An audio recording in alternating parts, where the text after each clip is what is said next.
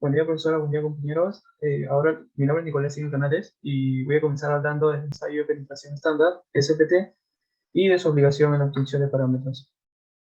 Ahora, las normas técnicas eh, nacionales e internacionales a las cuales hacemos referencia, en este caso serían el Reglamento Nacional de Edificaciones E050, la Normativa Técnica Peruana 339.133 y ASTM de 1586.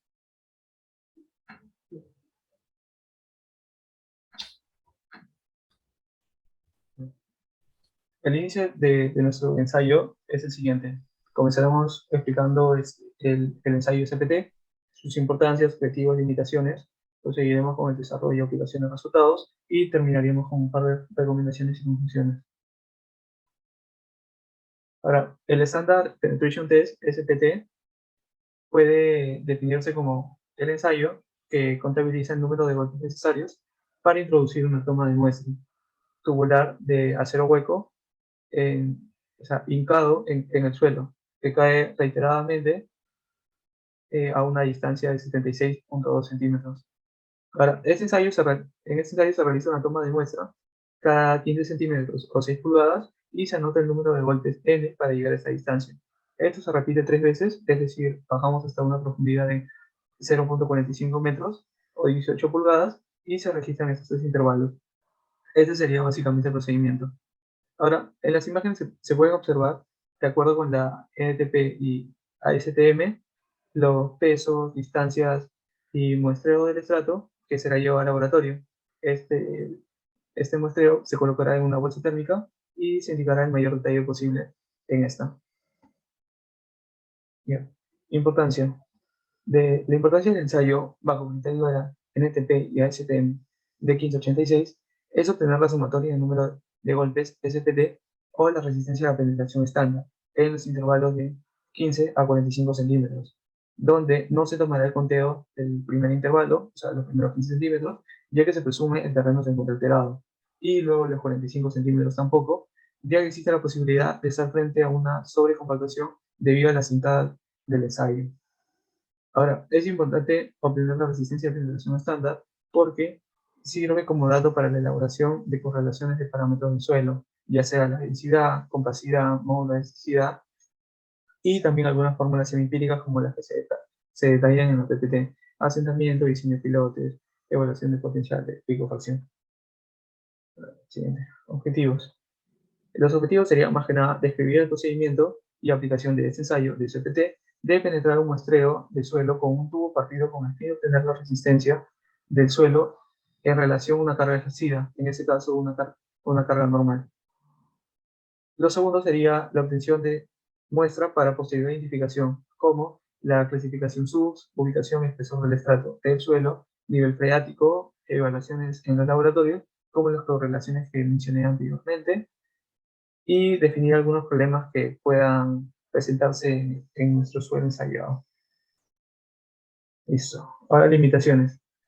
En la imagen extraída de la norma E050, suelos y cimentaciones, podemos apreciar las limitaciones del ensayo SPT y concluimos que es una técnica de perforación permitida para todo tipo de suelos, incluidos los no cohesivos, a excepción de las gravas. Y el parámetro que estaríamos obteniendo al finalizar este ensayo sería el parámetro N, que representa la resistencia a la penetración estándar.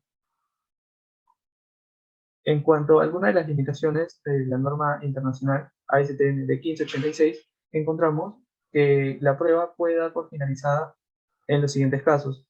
Cuando se aplican 50 golpes en un tramo, en un tramo, es decir, en 15 centímetros, cuando se aplican más de 100 golpes en total, sumatoria de los 3 tramos, cuando se observa una penetración de 10 golpes y no se observa un avance, y cuando se ha logrado la penetración de los 3 intervalos sin que ocurran conteos limitantes. Ahora lo paso a mi compañero. Continuamos. Más popular y económico empleado para ensayar los terrenos en los que se requiere realizar un reconocimiento geotécnico. Este ensayo puede ejecutarse prácticamente en todo tipo de suelos. Sin embargo, no podemos usar en arcillas blandas o suelos limosos. Aunque algunos autores dicen que sí se puede usar, pero se tiene una corrección muy baja. En el gráfico observamos un perfil de lo que vamos a hablar ahora, que vamos a desarrollar lo que es el ensayo, ensayo de penetración estándar. Siguiente. Como vemos en la gráfica, es la disposición típica para el ensayo de penetración estándar. Vemos cómo se va desarrollando. Acá nos da una idea. Siguiente. Se realiza la perforación en la zona donde se realiza el ensayo hasta llegar al subsuelo, y de los cuales con los demás instrumentos realizaremos el ensayo. Siguiente. Bueno, una vez llegada cada cota de perforación se limpia cuidadosamente, tanto las paredes como el fondo.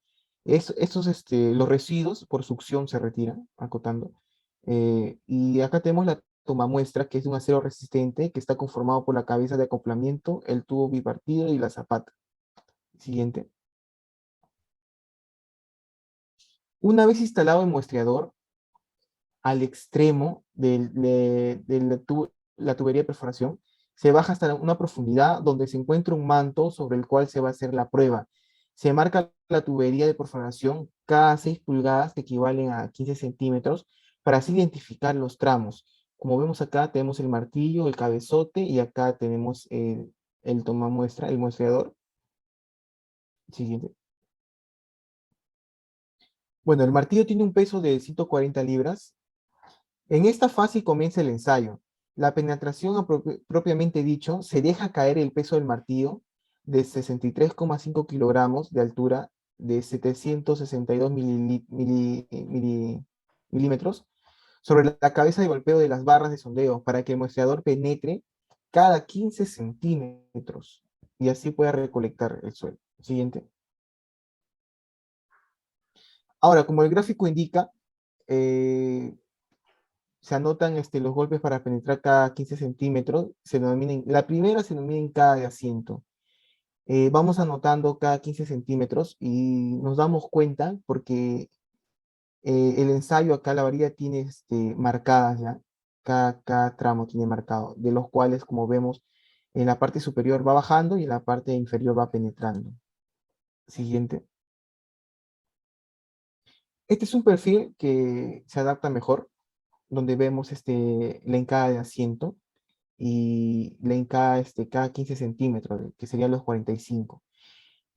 En algunos casos se toman los 60 centímetros, que es la medida del toma de muestra, pero de las cuales no se toma el último tramo, que es de 45 a 60, porque esa tiene mucha compactación y no está reglamentado.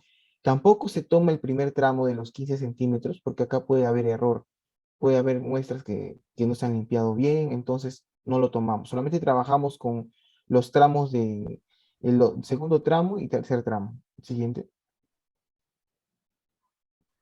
Bueno, resumiendo, la norma CTM de 1586 en 1984 indica qué es lo que pasa cuando se da por finalizada la prueba, cuando se finaliza.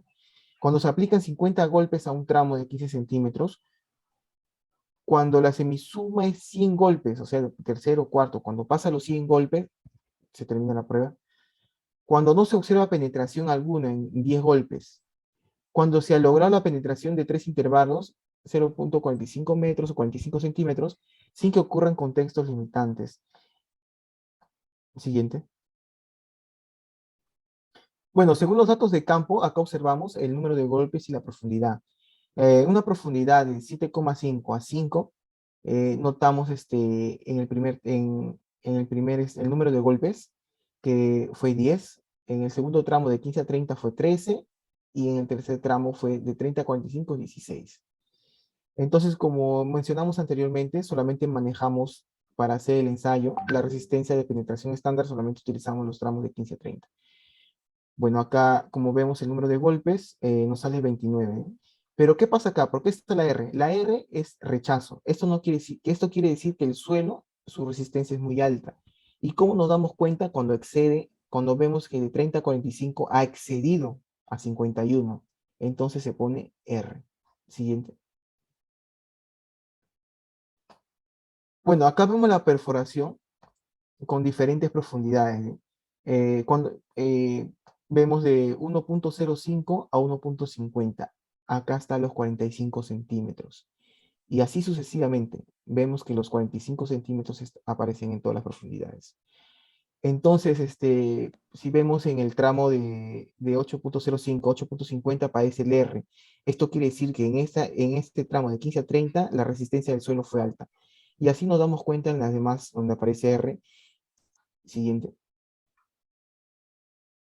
Bueno, acá dibujamos nuestro perfil, que es la profundidad con respecto a los números de golpes. Acá en el rechazo vemos que ponemos 100 para graficar nuestro perfil. Si observamos, el número de golpes fue 50 en el tramo de 1.5. Pero si nos damos cuenta, acaba dibujando nuestro perfil. Y para detallar en el tramo 3.5 vemos cómo fue más fácil, ¿no? O sea, no hubo mucha resistencia, más o menos 12 golpes.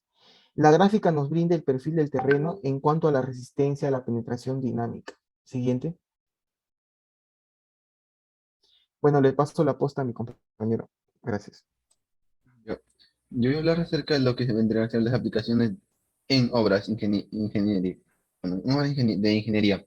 El ensayo CPT se utiliza para estimar parámetros como la compacidad para los suelos granulares, la densidad relativa, teniendo la influencia de la profundidad en donde se puede edificar un edificio o para múltiples propósitos. Por ejemplo, la norma E050 exige ante la presencia de arenas o del nivel freático cercano a la superficie. Por ejemplo, en la imagen se puede observar el perfil de todo lo que estoy hablando. Siguiente diapositiva, por favor. Por ejemplo, en la densidad relativa de arenas, de acuerdo con el ensayo de penetración, de acuerdo al número de golpes, de 0 a 4 se vendría a ser muy suelta, de 10 a 30 medianamente densa, y si es en caso mayor de 50 es muy densa. Y de acuerdo a la relación entre la consistencia de arcillas saturadas, el número de golpes en el SPT y la resistencia de compresión del simple, si es menor a 2 vendría a ser muy blanda. Si el número de golpes es de 4 a 8, medianamente compacta. Si es mayor a 30, vendría a ser dura. Todo está en correlación de diferentes parámetros del suelo al valor de N del SPT, según Tersey. Siguiente diapositiva, por favor. La fuente de error que puede encontrarse en los ensayos. Aunque se denomina estándar, hay varias variantes de acuerdo en la norma ACTM de 1586, inciso 9.3.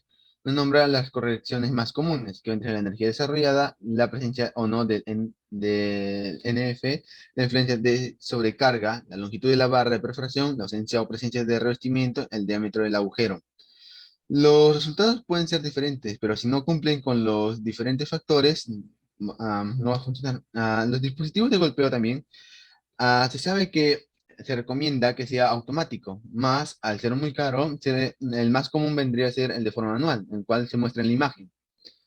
Además, a pesar de que el ensayo se dé en un mismo lugar o adyacente, los resultados pueden ser diferentes si no cumple con los factores mencionados anteriormente. Siguiente diapositiva, por favor. Ya.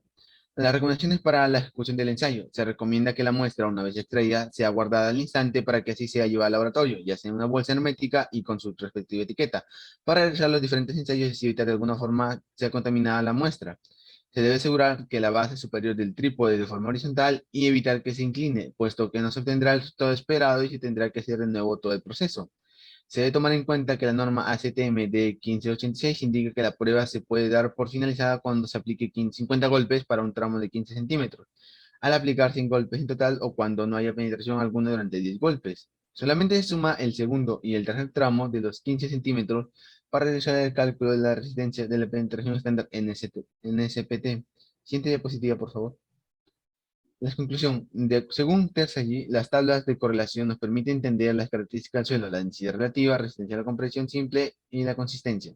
Se debe de contabilizar los números de golpes por tramo y asegurar que cumplan con la especificación de la normativa ACTM.